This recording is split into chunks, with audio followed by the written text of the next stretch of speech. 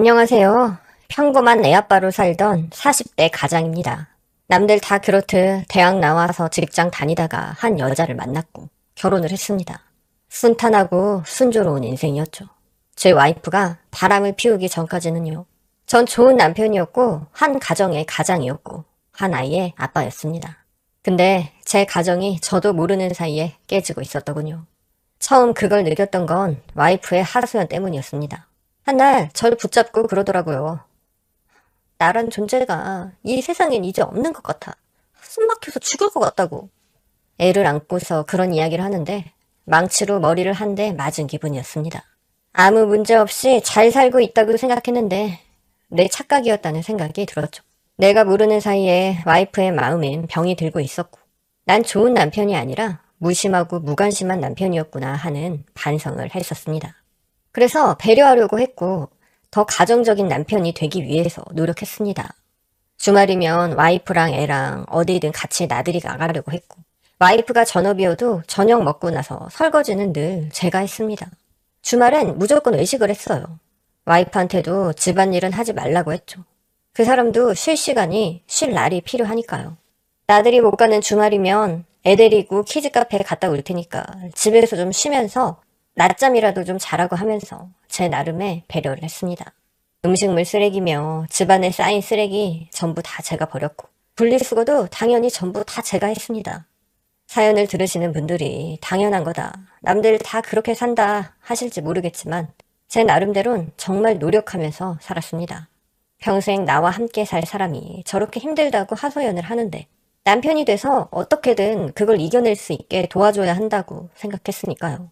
근데 제가 아무리 노력을 해도 와이프는 점점 나아지기는커녕 이상해졌습니다. 점점 애는 뒷전이고 자기를 꾸미는데 혈안이 되더군요. 여자로서의 그 사람의 인생도 있다는 걸 물론 이해 못하는 건 아니지만 그 정도가 너무 심했어요. 애가 3살 되자마자 애를 어린이집에 보내더니 매달 보톡스에 피부관리에 필라테스까지 다니면서 어려 보이고 예뻐 보이는 것에 너무 집중을 하더라고요. 혹시 애 낳고 자존감이 떨어져서 그런 건가 싶어서 아내도 예쁘다, 괜찮다, 너무 아름답다 매일같이 와이프에게 그렇게 말해줬지만 소용이 없었습니다. 심지어 나중엔 성형수술까지 얘기를 하더라고요. 눈도 좀 커지고 싶고 코도 좀 높았으면 한다고요. 당연히 안 된다고 했죠. 보톡스 맞고 관리받고 운동하는 것까지 이해하고 하라고 할 수 있어도 성형은 안 된다고 했습니다. 아내도 충분히 예뻤으니까요. 근데 본인이 만족이 안 된다면서 끝까지 해야겠다면서 소리를 지르더군요. 그래서 결국 시켜줬습니다. 원하는 대로 하라고요. 그 일로 저희 부모님도 꼭 성형까지 해야겠냐면서 저한테 따로 잔소리를 하셨지만 괜히 와이프 힘들게 하실까 싶어서 부모님한테는 와이프한테 쓸데없는 소리 혹시라도 하지 마시라고 신신당부까지 드리면서 원하는 대로 다 해줬습니다.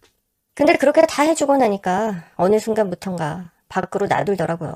처음엔 집에만 있기 우울하다면서 모임을 좀 다니겠다고 하더니 평일에도 주말에도 약속이 있다고 나가선 술 취해서 새벽 늦게 들어오고 애는 밥을 먹었는지 아픈 데는 없는지 하나도 신경도 쓰지 않고 지 노는 거에만 정신 팔려서 사는데 화가 났습니다. 애까지 뒷전으로 하고 놀러를 다니니까요. 그래서 그때부턴 정말 서로 이혼 얘기까지 오갈 정도로 심하게 싸웠어요. 저라고 놀고 싶지 않은 거 아니고 친구 안 보고 싶은 거 아니고 술자리 싫은 거 아닌데 그럼에도 그렇게 살지 않는 건 가정이 있기 때문이고 애가 있기 때문인데 이 사람은 저는 제쳐두고라도 아이도 요만큼도 생각 안 하는 사람인 것 같았습니다. 그 무렵부턴 부부 사이가 안 좋았어요. 좋을 수가 없었다는 말이 맞겠네요. 와이프는 와이프대로 불만이 많았고 저 역시 마찬가지였습니다. 그래도 와이프랑 이혼할 마음은 없었어요. 사랑하는 마음엔 변화 없었고요. 그런데 어느 날 그러더군요. 나 앞으로 일할 거야. 애 봐줄 도우미 좀 구하자 라고요. 기가 찼습니다. 일이야 본인이 하고 싶다면 못하게 할 마음 전혀 없었지만 애초에 와이프가 전업이 됐던 게 본인이 원해서였거든요. 저는 치열하게 살고 싶지 않다고 말하기도 했고 일한다고 애가 뒷전인 엄마가 되고 싶지 않다고 본인이 그랬었어요. 저야 제 벌이로 와이프랑 애까지 먹여 살릴 수 있어서 원하는 대로 하라고 했었고요.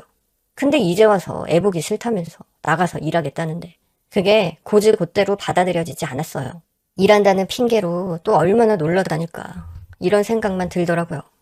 그래도 원하는 대로 해줬습니다. 아침부터 아이 봐줄 수 있는 도우미 아줌마 구해줬고, 와이프 원하는 대로 하고 싶은 일 할 수 있게 지원도 해줬죠. 근데 제가 아무리 노력을 해도 와이프는 달라지지 않았어요. 평일엔 회사 일이 많다는 이유로, 회식이 잡혔다는 이유로 자정이 넘어서 집에 들어오기 일쑤였고, 주말엔 평일에 일하느라 힘들었다는 이유로 약속 잡아서는 나가서 놀더라고요.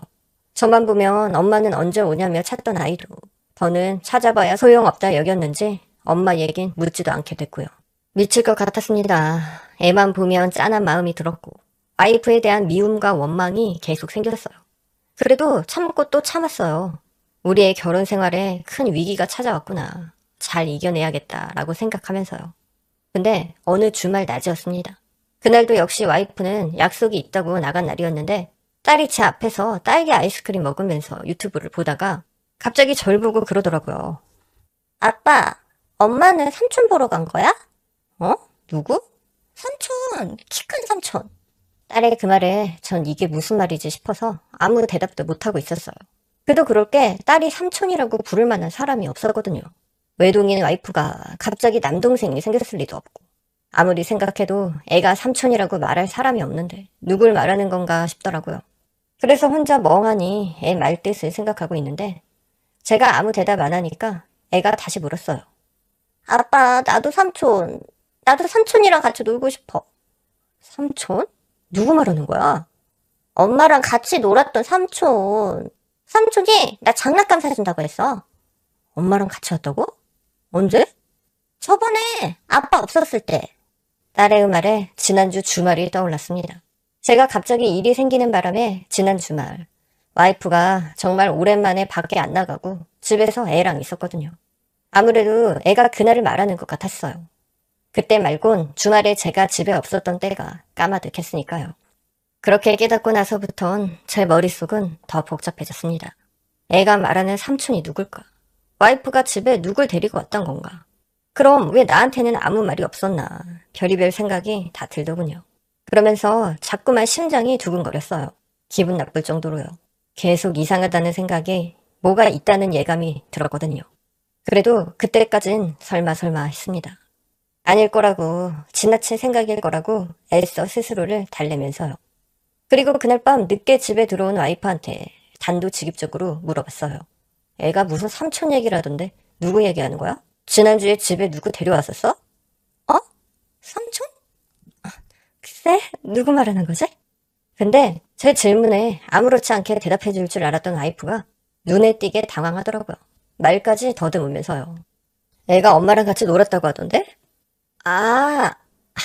그 당신 친구 정훈 씨 있잖아. 내가 일 때문에 전에 뭘 좀 물어봤었는데 주말에 갑자기 집에 왔더라고. 내가 전에 물어봤던 거 가져다 준다고. 그 김에 당신이랑 애 얼굴도 한번 보려고 들렸다면서. 그때 잠깐 애한테 놀아줬는데 그거 얘기하는 것 같은데? 그래? 근데 정훈이 걔는 왜 나한테는 아무 연락이 없었지? 어? 당신한테 연락한다고 했었는데? 뭐 까먹고 안 했나 보지. 찜찜했습니다. 뭐라고 딱 집을 순 없는데 그냥 이상하게 느껴지는 거 있잖아요. 딱 그런 기분이었습니다. 찜찜하고 이상한. 그리고 저한테 말도 없이 제 친구와 연락을 했었다는 것도 좀 이상하게 느껴졌고요. 물론 다 저한테 보고할 필요는 없지만 어찌됐건 제 친구잖아요. 저 같으면 저한테 물어보거나 저를 통해서 부탁할 것 같은데 따로 연락을 했었다는 것도 이해도 안 되고 부탁했다는 건 또 뭔지 왜 저렇게 말을 두루뭉술하게 할까 싶었죠. 그래서 다음날 회사 출근하자마자 바로 친구한테 연락해서 물어봤습니다. 지난주에 우리 집에 왔었는지, 와이프가 부탁했다는 일은 뭔지. 맞아. 나 니네 집 갔었어. 네 와이프가 디자인 프로그램 뭐 쓰는지, 태블릿을 뭐 쓰는지 뭐 그런 거 물어보더라고. 근데 나 안 쓰는 게 하나 있어서 그거 괜찮으니까 한번 써보라고 가져다 준 거야. 알잖아. 나랑 네 와이프가 전공 같은 거. 그래? 난 또 무슨 일인가 해서 애가 갑자기 삼촌 그러길래 누구 얘기하는 건가 했다. 친구의 말에 저는 와이프 신경 써줘서 고맙다고 인사를 한 뒤 전화를 끊었어요. 계속 찜찜한 기분이 들었지만 친구가 와이프를 위해 입을 맞춰줄 리 없다고 생각했고 저는 와이프를 의심하지 말자 스스로를 다독였어요. 근데 한번 시작한 의심은 이상하게 잘 가라앉지 않더라고요. 친구가 와이프를 위해서 거짓말을 할 이유가 없다는 걸 머리론 알고 있는데 근데도 자꾸만 와이프의 행동 하나하나가 수상하게 느껴졌습니다.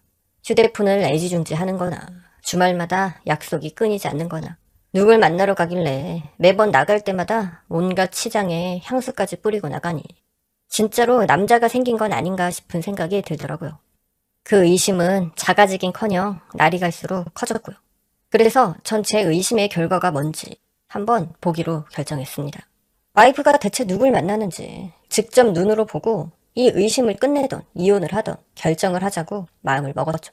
그래서 그러면 안 되는데 와이프 차에 몰래 위치 추적기까지 달았습니다.